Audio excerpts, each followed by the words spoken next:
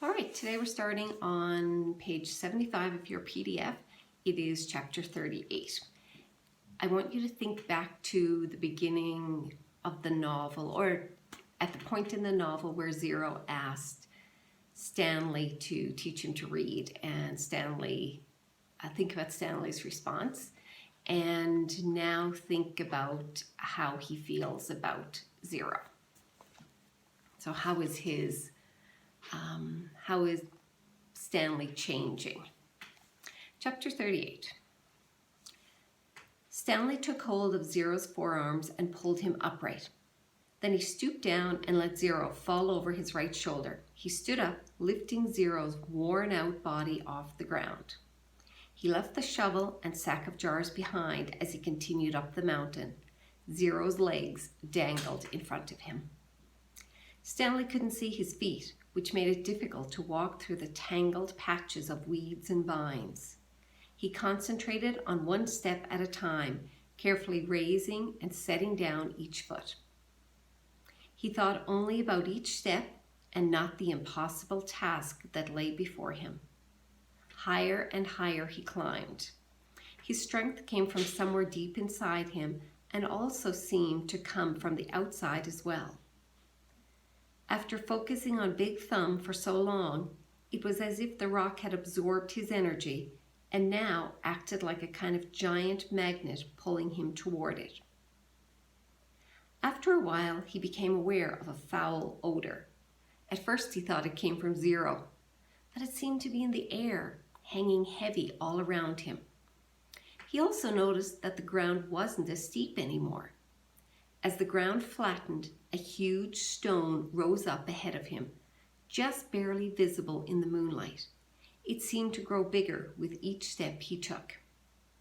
No longer resembled a thumb, and he knew he'd never be able to climb it. Around him, the smell became stronger. It was the bitter smell of despair. Even if he could somehow climb Big Thumb, he knew he wouldn't find water. How could there be water at the top of a giant rock? The weeds and bugs survived only by an occasional rainstorm, like the one he had seen from camp. Still, he continued toward it. If nothing else, he wanted to at least reach the thumb. He never made it. His feet slipped from under him. Zero's head knocked against the back of his shoulder as he fell and tumbled into a small, muddy gully. As he lay face down in the muddy ditch, he didn't know if he'd ever get up again. He didn't know if he'd even try. Had he come all this way just to... You need water to make mud. He crawled along the gully in the direction that seemed the muddiest. The ground became gloopier. The mud splashed up as he slapped the ground. Using both hands, he dug a hole in the soggy soil. It was too dark to see, but he thought he could feel a tiny pool of water at the bottom of his hole. He stuck his head in the hole and licked the dirt. He dug deeper, and as he did so, more water seemed to fill the hole. He couldn't see it, but he could feel it, first with his fingers, then with his tongue. He dug until he had a hole that was about as deep as his arm was long. There was enough water for him to scoop out with his hands and drop on Zero's face.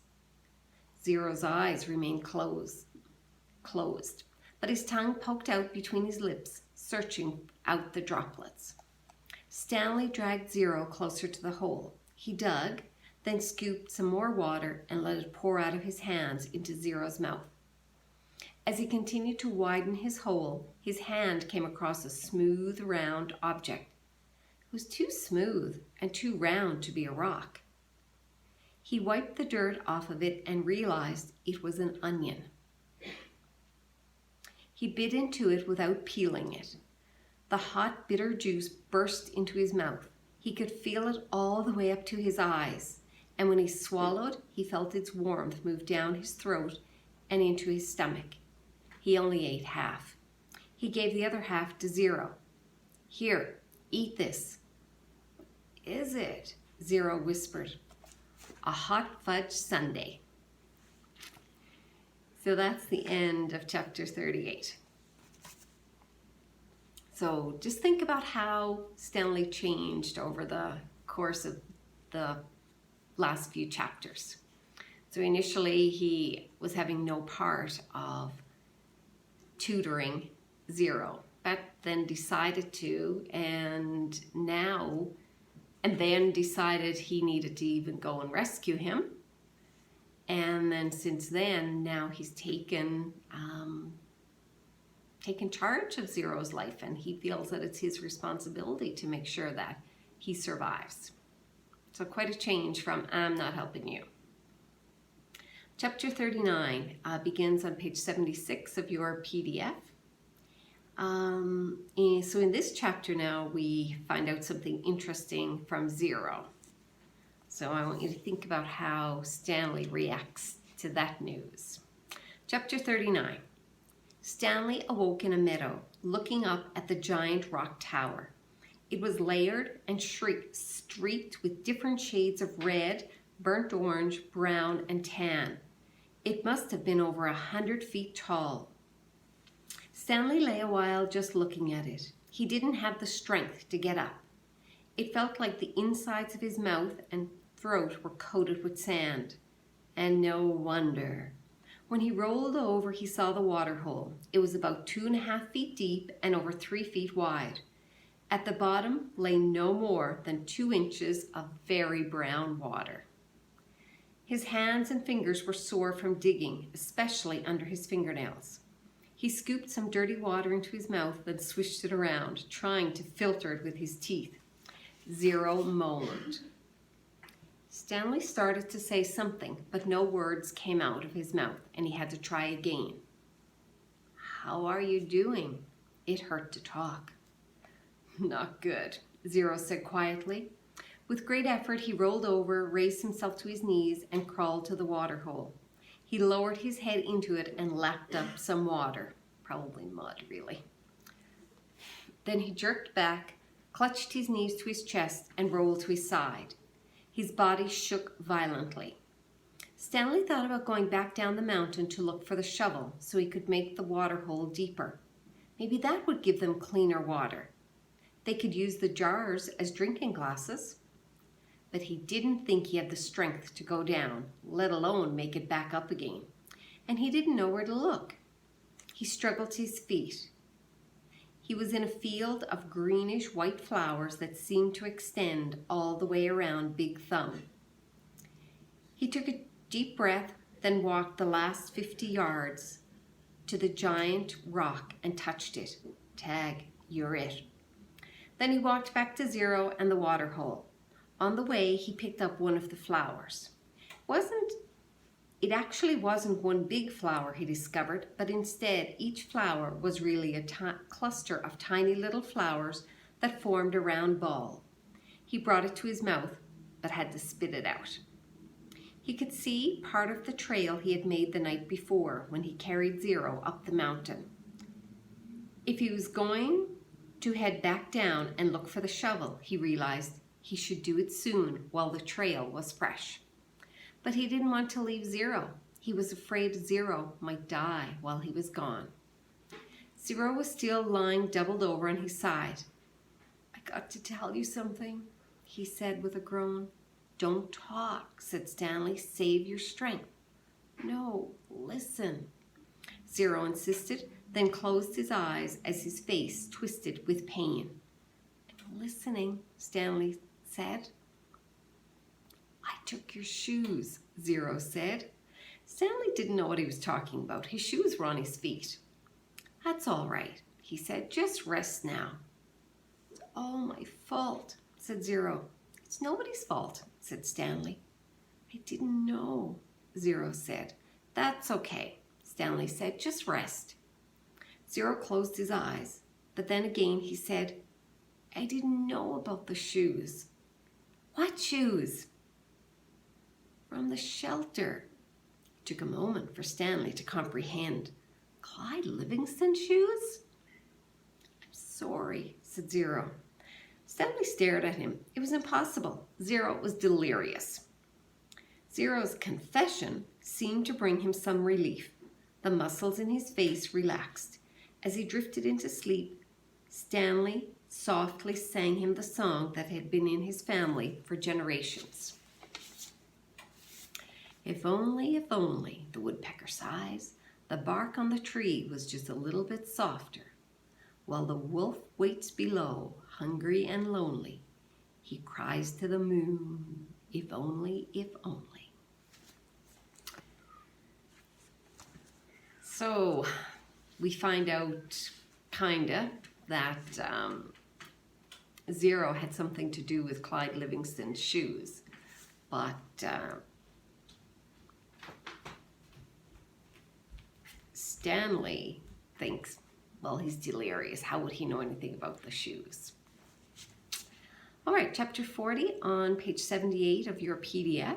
And in this chapter, we come back, starts with Stanley, but then we go back to Sam. Oh, there's my cat. Mowing. When Stanley found the onion the night before, he didn't question how it come to be there. He ate it gratefully. But now, as he sat gazing at Big Thumb and the meadow full of flowers, he couldn't help but wonder about it. If there was one wild onion, there could be more. He intertwined his fingers and tried to rub out the pain. Then he bent down and pulled up another flower, this time pulling the entire plant, including the root. Onions! Fresh, hot, sweet onions! Sam called as Mary Lou pulled the cart down Main Street. 8 cents a dozen. It was a beautiful spring morning. The sky was painted pale blue and pink, the same color as the lake and the peach trees along its shore. Mrs. Gladys Tennyson was wearing just her nightgown and robe as she came running down the street after Sam. Mrs. Tennyson was normally a very proper woman who never went out in public without dressing up in fine clothes and a hat.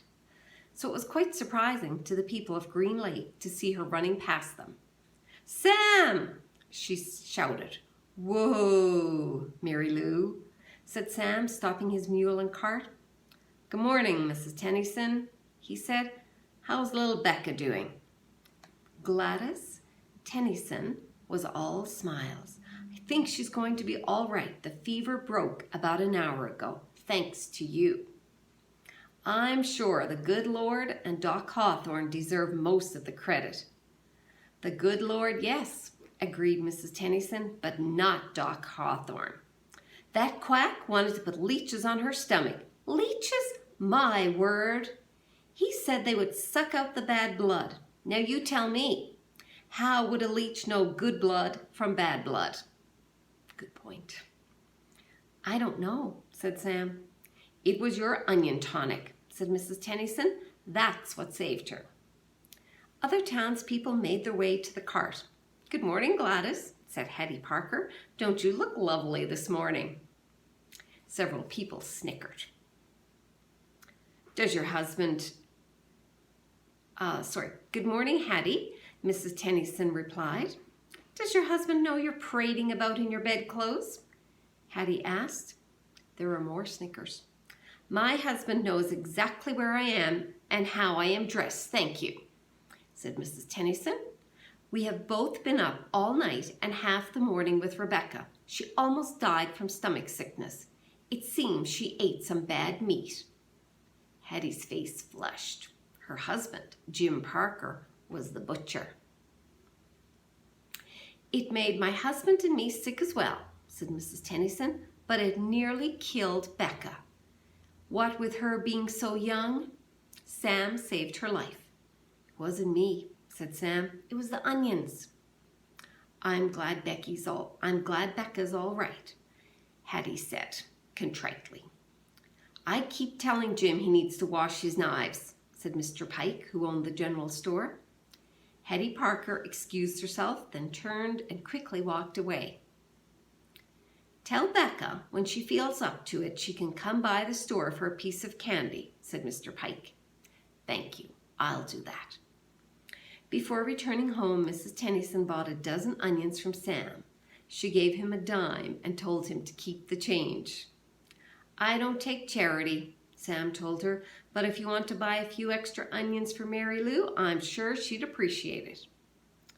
All right then, said Mrs. Tennyson. Give me my change in onions.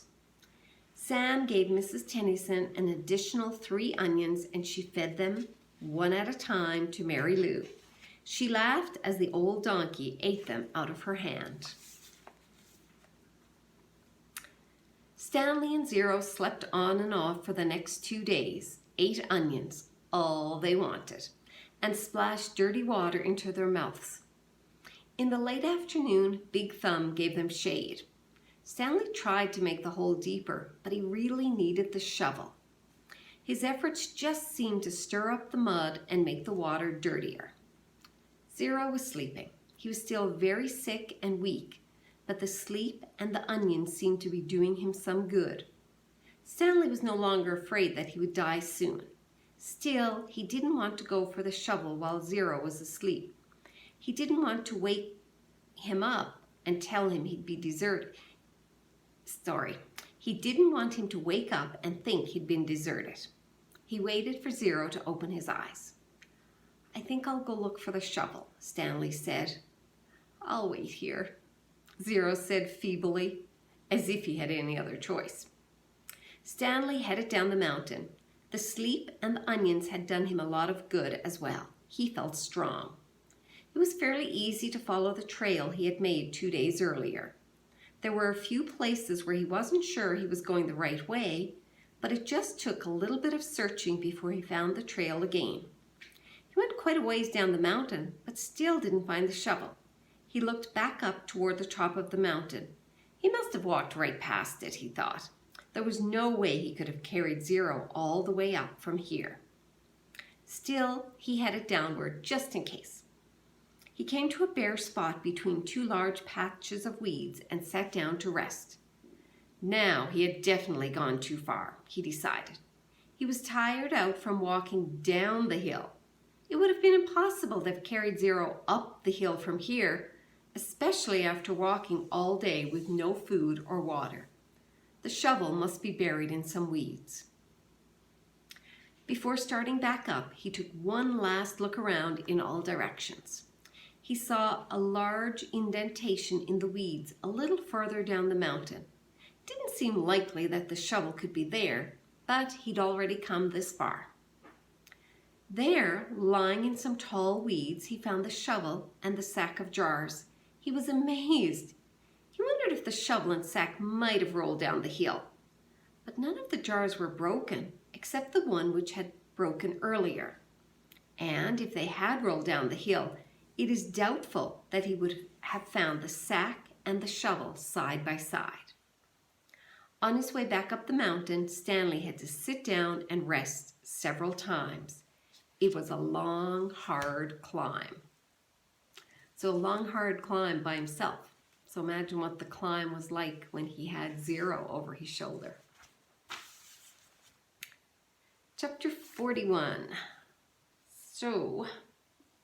Let's go back to chapter 40. So you learned a little bit more about Sam, the Onion Man, in this chapter. Think about what kind of person Sam is. What are some of his character traits? Chapter 41 begins on page 80 of your PDF. And after this one, you're going to draw a cartoon. So page 41. Zero's condition continued to improve. Stanley slowly peeled an onion. He liked eating them one layer at a time. The water hole was now almost as large as the holes he had dug back at Camp Green Lake. It contained almost 2 feet of murky water. Stanley had dug it all himself. Zero had offered to help, but Stanley thought it better for Zero to save his strength. It was a lot harder to dig in water than it was in a dry lake. Stanley was surprised that he himself hadn't gotten sick, either from the sploosh, the dirty water, or from living on onions. He used to get sick quite a lot back at home. Both boys were barefoot. They had washed their socks. All their clothes were very dirty, but their socks were definitely the worst. They didn't dip their socks into the hole, afraid to contaminate the water. Instead, they filled the jars and poured the water over their dirty socks. I didn't go to the homeless shelter very often, Zero said. Just if the weather was really bad. I'd have to find someone to pretend to be my mom. If I'd just gone by myself, they would have asked me a bunch of questions. If they found out I didn't have a mom, they would have made me a ward of the state. What's a ward of the state? Zero smiled. I don't know, but I didn't like the sound of it. Stanley remembered Mr. Pendanski telling the warden that Zero was a ward of the state. He wondered if Zero knew he'd become one. I liked sleeping outside, said Zero. I used to pretend I was a Cub Scout. I'd see them at the park in their blue uniforms. I was never a Cub Scout, said Stanley. I wasn't good at social stuff like that. Kids made fun of me because I was fat. I liked the blue uniforms, said Zero. Maybe I wouldn't have liked being a Cub Scout. Stanley shrugged one shoulder. My mother was a Girl Scout, said Zero. I thought you said you didn't have a mother. Everyone has to have a mother. Yeah, well, I know that. She said she once won a prize for selling the most Girl Scout cookies, said Zero. She was real proud of that. Stanley peeled off another layer of his onion. We always took what we needed, Zero said. When I was little, I didn't even know it was stealing. I don't remember when I found out, but we just took what we needed, never more.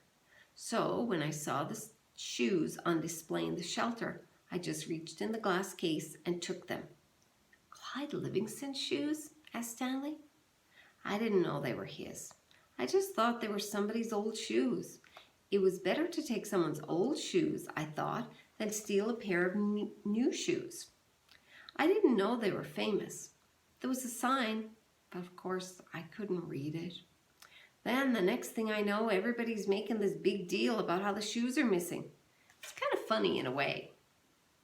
The whole place is going crazy. There I was, wearing the shoes, and everyone's running around saying, "What happened to the shoes? The shoes are gone." I just walked out the door. No one noticed me. When I got outside, I ran around the corner and immediately took off the shoes. I put them on top of a parked car. I remember they smelled really bad. Yep, those were them, said Stanley. Did they fit you? Pretty much. Stanley remembered being surprised at Clyde Livingston's small shoe size. Stanley's shoes were bigger. Clyde Livingston had small, quick feet. Stanley's feet were big and slow. Should have just kept them, said Zero. I'd already made it out of the shelter and everything. He ended up getting arrested the next day when I tried to walk out of a shoe store with a new pair of sneakers. If I just kept those old smelly sneakers, then neither of us would be here right now.